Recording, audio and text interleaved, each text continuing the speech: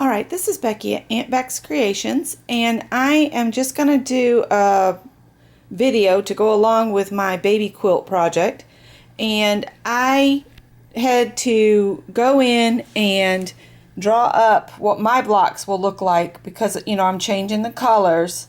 So I just made a color copy of the magazine page, and then I drew a box and laid it out the same as the blocks there. And but put my colors in, and I'm starting to work on the block A's because there's block A's and block B's. And when I get these sewn together, I'll show you what my blocks will look like. Alright, I have the A blocks sewn together.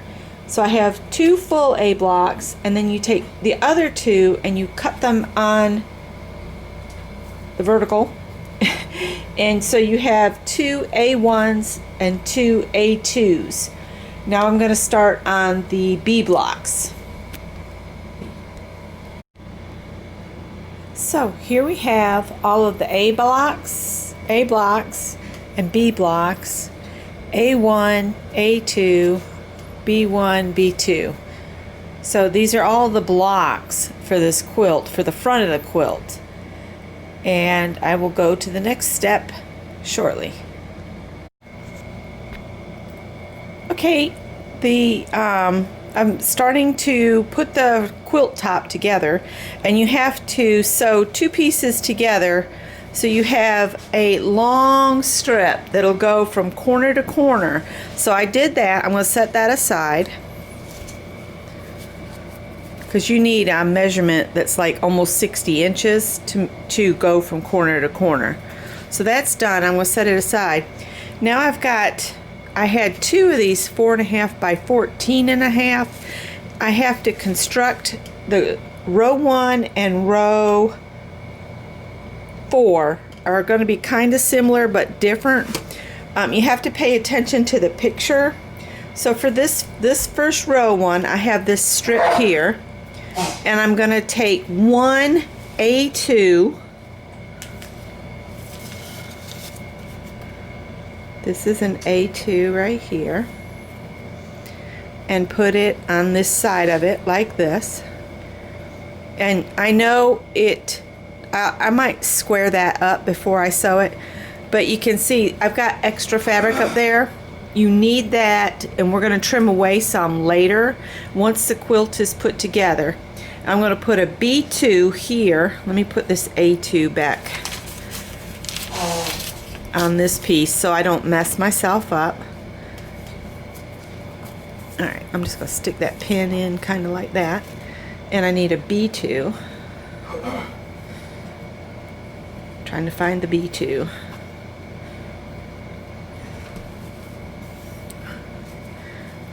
Here's my B2s. Okay, and I need one of those.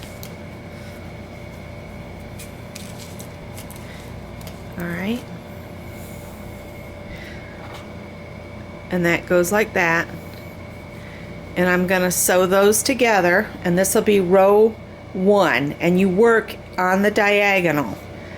Alright, so I'll show you what this looks like after I get it sewn together. I am not going to trim that away until I have the entire top pieced. Okay, here they are all sewn together, and you can see you still have that extra bit up there, but we will square that off once I get the quilt top done. And what that means is I will take a ruler and I will line up the edge here and here, and then I'll just cut there and cut away, and so it'll be a squared off piece. Now I've got to do the long piecing, which is this row right here, and then I'll do this row and then another corner piece like that, and then I'll come back and show you the strips that I have put together just like they show in the magazine. And I'll show you what my version looks like pieced, and then I will show how the sashing is put in. I'll try to lay it on the floor so I can put like this row, piece of sashing, second row, piece of sashing, and so forth, so you can see what it looks like as it's coming together. Row 2 complete. This is row 2.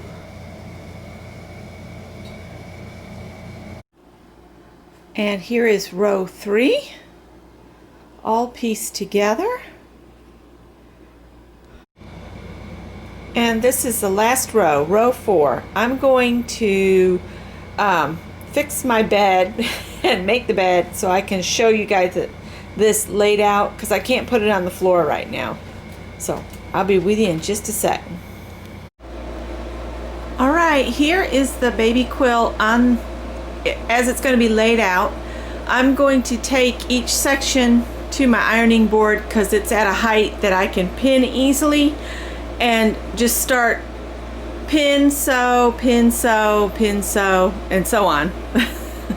And then I'll come back, and after everything's pressed, I'll lay it out again, and then I'll connect the next seams across until it's all sewn together. Then I will trim any excess that hangs past the ends, so it'll be a square the next time you see it. Alright, we are at the point where the top is completely constructed, and I will be cutting away all the tails, all the excess that they had us leave on. I'm going to trim that even all the way around so the top will be squared up. And then I have to start work on the pieced backing for this quilt. And then once I get it all pieced, I'll show you what it looks like. It's basically 4.5-inch squares, a whole bunch of 4.5-inch squares, just pieced together to form a solid fabric for the back of the quilt. And I'm really loving how this is turning out, and I am so excited to see the finished project, and I hope you are as well. I had to come on and show the squared up quilt top. I think it's going to be absolutely adorable. On to the next thing. Okay, the back is coming together, and what I am doing for all of the the odd rows, I'm pressing the seams to the right, and for all the even rows, I'm pressing the seams to the left, so that when I attach the rows together, the seams will fit in and lock in next to each other, and it'll be a smooth seam all the way across. There won't be any really bulky areas. So this is what the back is going to look like. I have completed 6 rows. I have 1 left to iron over there. So I'm halfway done with my back so far. And I think it's going to be a really cute quilt. All of the rows are now pieced. And I like to use Post-its to remind me of which row is which so that I keep my design and don't mess up. So now I just have to sew all the rows together, and then the back will be ready for layering with the top and some batting, and then I'll baste and quilt and bind, and it'll be done. So it's coming right along. Alright, I've completed the back. I've made it slightly bigger, and I didn't use all of the rows that I had created, so I have a one row of squares that I just am not adding. I'm just not going to add it because then it would be really absurdly way too big. But this is slightly bigger than the front, and that is good because when I'll do the quilting, it will take up some of this back, and then I'll just trim away and make the edges even before I bind it with the binding strips. So this is the back, and this is the front. I've got the front of the quilt is setting on the back, so of course the back will be flipped over and there'll be batting between it, and I will quilt it. and then I will add the binding strips around the edge, and that's going to be all in blue. So this is the quilt so far, and when I progress some more, I'll show it again. All right, I just want to take note that sometimes when you're planning something, you overestimate, and I only needed 11 rows by 11 rows, not 12 rows by 12 rows. So I stopped with that last addition to my rows attachment. But what I'm going to do is I'm going to take this last row here off so that my quilt back is 11 rows by 11 rows before I start the quilt process, and then I will keep this strip and the strip I held back aside for a different project. Here we have the backing face down on the floor, and I've taped it to the floor to keep it smooth, and then I will layer a piece of batting on next, and then I'll place the quilt top on top, and then I'm going to pin baste the layers together, and then I'm going to machine quilt the quilt, and I'll show you what that looks like when we get to that point. Alright, we've come to the part where I need to do some form of quilting. Because I have a pieced front as well as a pieced back, I don't want to do any stitch in the ditch. So I got to thinking it's a little boy's quilt that I would just do some random funky stars all over it. So I'm just gonna put this in my machine and just make little funky stars, 5-pointed stars. I have put, let me come over here with you guys. I wound a bobbin with quilting machine quilting thread. I'll get the right words out yet. So I've loaded my bobbin with that. I may have to stop and reload. I've got machine quilting thread on the top, and I'm just using a cream color because the main background on the front of the quilt is cream. So the stars are not going to be really visible, but they'll be enough visible that you can see that they're stars. And I've also, let me put you back over here, I have attached my walking foot, and what the walking foot will do for me is it will feed all 3 layers through the machine at the same time, so I won't get a bunch of like the back shifting and the batting shifting, and then I have a quirky mess to have to pick out. So I'm going to just start doing these stars, and when I get it all covered in stars and all the pins taken off, I'll come back and show you what it looks like. I got to thinking it might be interesting for you guys to see how I'm doing the quirky stars. So I've got the needle, I've just finished a star here. I caught a little bit of a fold. I'm not worried about it because this is going to be a play quilt for my little great nephew.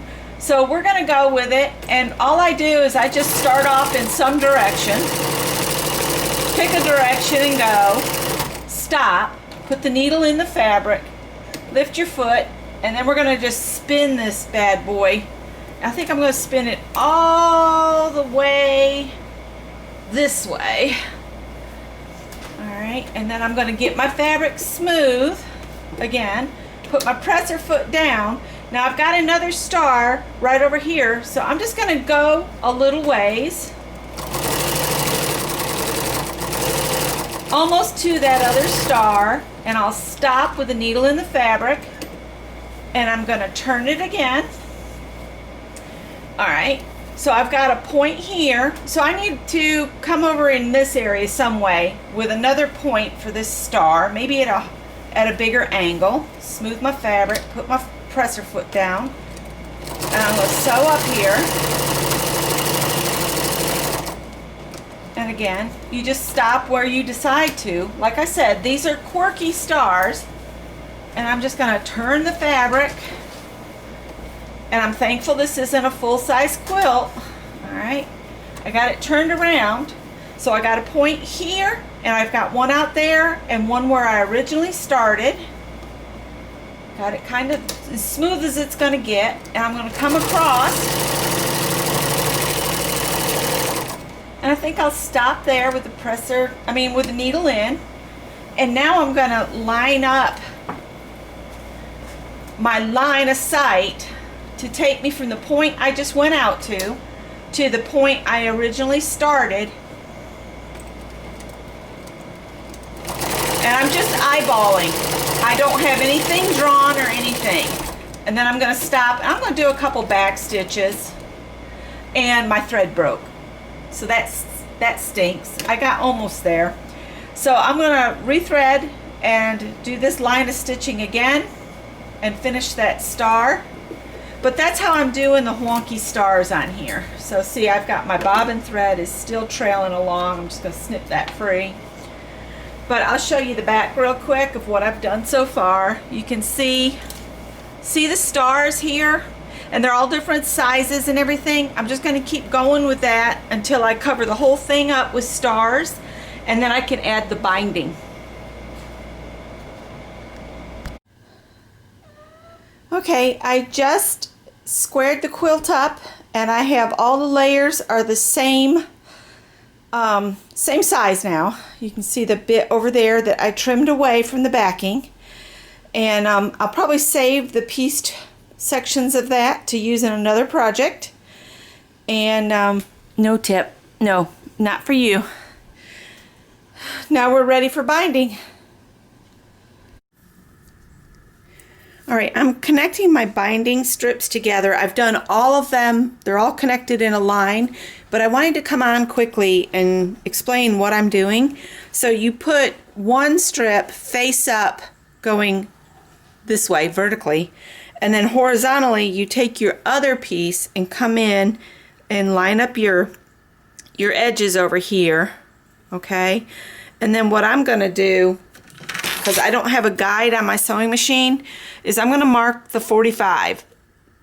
So if you line your 45-degree ruler up along the strip that's coming vertically with this top corner here, then you take your pencil and mark gently. You don't want to move the fabric, so you just do gentle motions over your strip here.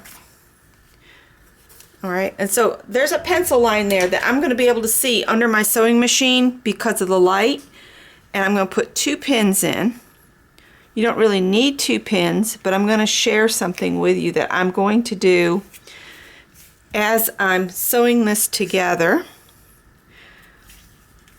And the reason you want to do this, instead of doing end to end, like attaching, make sure you can see, instead of attaching straight on like this, it's better to attach at this angle, because if you think about the way fabric is made, you have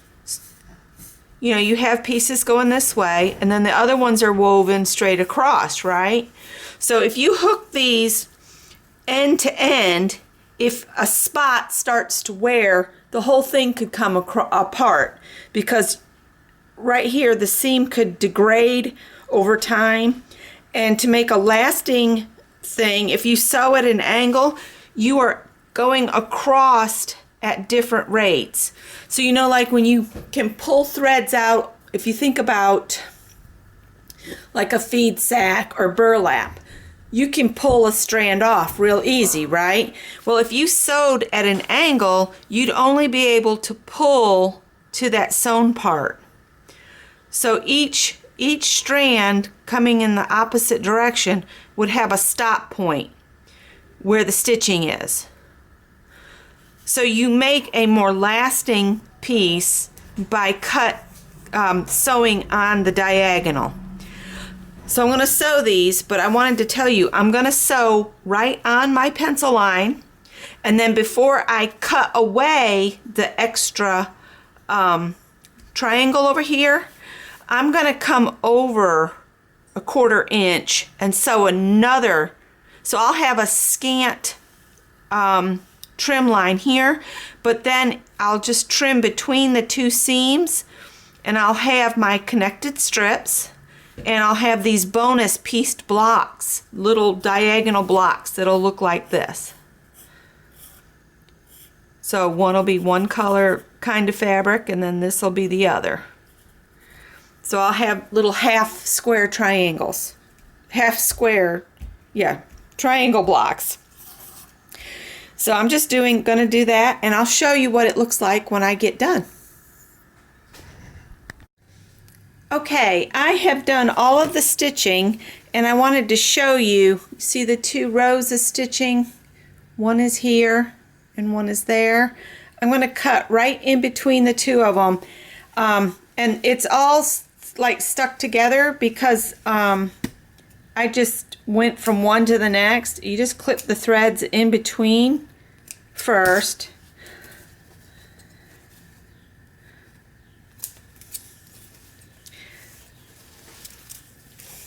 It'll make more sense if I just snip these apart real quick. Oh, there's a pin. A couple pins I missed. Oh, is that one I missed entirely? Ooh, I need to go back and sew this one. But I'll do that in a minute. Let me get to the end of this. I can't believe I missed one. All right, so here's the strip. And what I'm going to do is I'm going to cut in between these. Don't cut on your stitches, and you could do this with your quilting ruler and stuff, and this is going to be a very scant seam allowance. And then what I'll do is I'll press it, and see, it just runs straight through, and you end up with these little bonus squares like this, and they're tiny. And this is an easy way to piece up some little blocks to have on hand for fillers. And you could pair maybe 4 of these, or maybe do 3 rows of 3, so 9 blocks. You could make a pot holder out of this. Just find some solid for the back, and you'd have a really cute pot holder. So let me go sew that seam up that I missed, and I'll complete these, and I will show you what we have to do after that.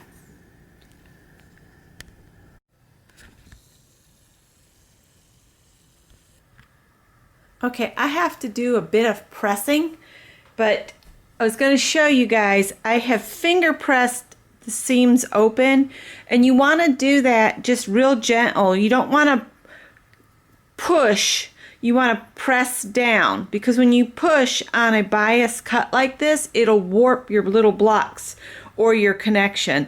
So I finger pressed it, and then I'm just going to take the iron and lay it down on here, and just lay it on there for a minute to set the seams and to get it nice and flat like that. I'm thinking what I will do, I think there's 10 of these squares that I've created for a bonus project. And what I'll do is some of the cream I used in the front of the quilt, I'm going to cut blocks this size, and these blocks I will square them up with a smaller ruler so that it. Once I square these up and find out what the measurement is for those blocks, I will cut the same number or +1 of cream blocks and piece them together and make something, maybe a burp cloth out of these bonus pieces.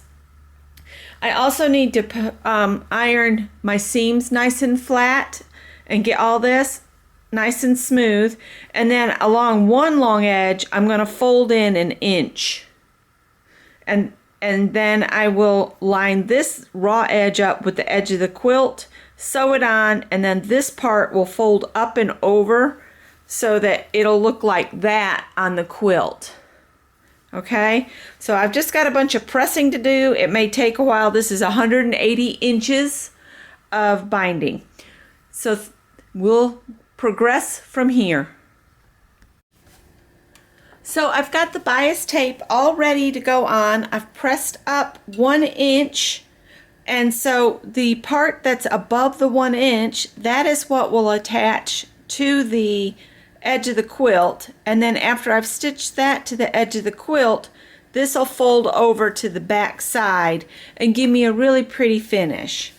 So I'm going to start pinning this onto the quilt, and once I get it all stitched onto the quilt, I will come back and show a little progress, and then we'll go on from there. Okay, the binding is sewn on here on the front side, and I've turned it to the back, and so now I just need to sit and watch someone on YouTube and do the hand stitching on the binding. So this is actually the back of the quilt, and that's the front. So now just to sit and stitch, and I will be back with the completed quilt minus the label.